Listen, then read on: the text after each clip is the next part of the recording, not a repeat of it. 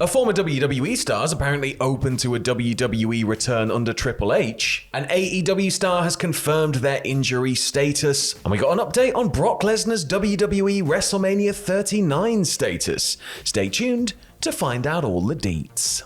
Now, kicking off with something we kind of touched on a little bit earlier, and that's the idea that under Triple H, and now that Vince is gone and there's been a regime change, there might be a lot of talent who have left the company or were released by the company who might be open to coming back. Yeah. And now there's somebody in particular who was speaking with Wrestling Inside the Ropes, and that was Matt Cardona. Now, he was asked about this situation, like, would you go back? How do you feel about it and everything? He said that should Triple H reach out to him about a return, he'd speak to him and have that conversation. And then went on to say, with Triple H calling everybody back, supposedly, if he called me back, of course I'd have a conversation, but I don't know if I'd go back. I don't know. I mean, of course, I'd never say never, but I mean, my schedule now is pretty great. I'm making a lot of money. I'm having a lot of fun. So it's hard to trade that in to just be a name on a roster. I already did that. He then went on to lay out the stipulations of a return to the company for him by saying, and this is something that maybe we're starting to see a bit of a change in, because was it Dakota Kai Dakota recently? Kai's Twitch streaming again. There's a lot of folk cropping up on their own sort of platforms that they can produce content themselves. But he went on to say, I will say one non-negotiable is that the podcast and all its brands and entities would have to be carved into the contract, like untouchable. There's no way I'd ever stop doing this stuff because it's my passion and it's so much fun. And I think it's about time that rule was just repealed, man. I mean, it makes no sense because they make it's so like, much money off merch and off them anyway as performers. Like, let them go and have a Twitch stream. they're independent contractors. Their free time is their free time. That's what it all comes down to. It's just, if it was taken to court, the WWE would probably cave, but it's too expensive to take them to court on that issue. This Matt Cardona possibly coming back to WWE is something I really, really like. I think for the past 2 years since his release, he has been on fire. He's been like one of the top guys in the indies. It's been a shame he's been injured recently.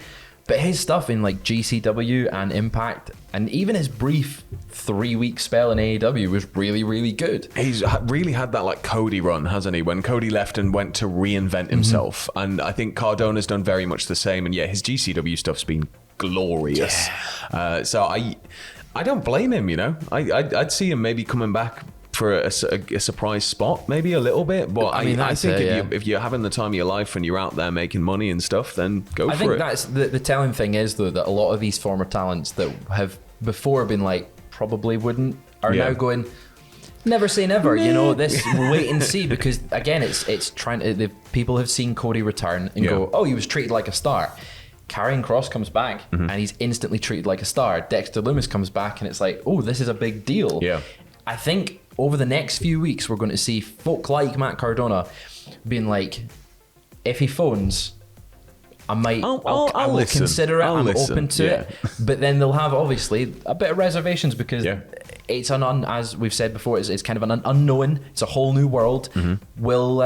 Will it pay off going back? And we'll just have to wait and see on that one. Only time's going to tell. But jumping onto the other side of the fence there, we have an AEW star confirming their injury status during a major push as well. So this week's Dynamite revealed that AEW star Chris Statlander is currently out with an injury, resulting in Toni Storm moving up in the rankings. Now, the belief is that Statlander suffered a bad knee injury, with a report from PW Insider suggesting that she could be out injured for a long time, as she was apparently spotted on crutches backstage.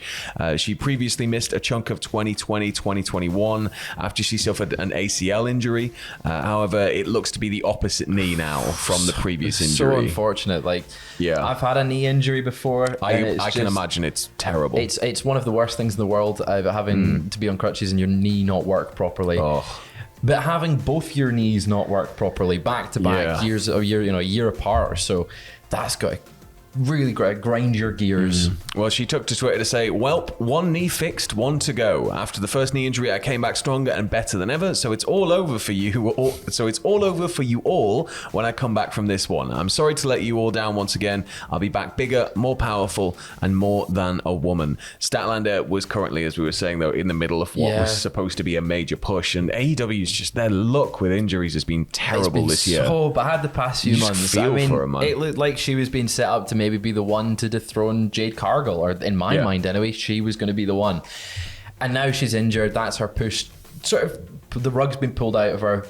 Hopefully this doesn't affect her when she comes back, and that she can still compete at such a high level, because having 2 injured knees, as we said, that can kind of affect you quite badly. We've seen it in the past. You might have with to loads change of up your stars. style. It can have a lot of knock-on effects. So fingers crossed it's nice and, seamless, and that's it. And hopefully she comes back soon. Like, I mean, it's going to be a long road to recovery, but she's a fighter. She's recovered from one ACL injury. I'm sure she can recover from the next one. Well, AEW, they made a little bit of a splash this week, didn't they? They've had a few names. So Tony Khan confirmed that AEW has signed a former NXT star in Parker Boudreaux. Well, Triple H has just sat there like, going, that was what my gimmick was. That was my guy.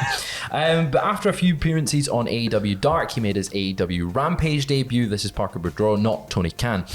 Parker made his TV debut this past Friday, defeating Sonny Kiss. Now, after the match, Sonny Kiss would actually join Parker's group, the Trust Busters. But Tony Khan took to Twitter after the show to announce, after a win in his AEW TV debut, an eventful night for the Trust Busters, it's official. The Parker B is All Elite. And there was the big All Elite graphic that they do for all new signings. So it's official. He's signed. It was one of those names that was in WWE, and everyone was going, he's the next there was Brock. A lot of hype. He's the next Brock Lesnar, and he looked like him, but he had he was big and he had tattoos and scary. Then got released. And then they shaved him bald and put him in a jumpsuit, and it was a bit like, okay. And then they really, I mean, he was one of the people cut from the whole, you've got 6 months. Yeah. You've got 6 months to improve, otherwise you're out of here. And he was one of those, it seems that was why he was let go.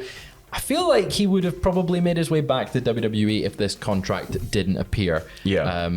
But that's pure speculation. But good for him getting signed by AEW. Yeah. I'm excited to see what he does. Yeah, there's a lot of people he can mix it up with there that would be nice and hard hitting, shall we say? Just big horse fights, just battering each other. We got a bit of sad news now.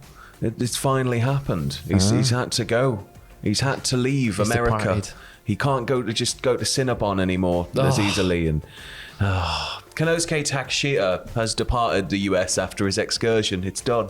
He's off to be a star now. It's 4 months, and now he's going to go back. At least his excursion was better than Okada's back in TNA. That's for sure. Yeah, that was a big improvement on that one. He'd been making appearances most notably for AEW, but he took to Twitter and he said, "Today I am leaving America. I have had so many memories over the last 4 months.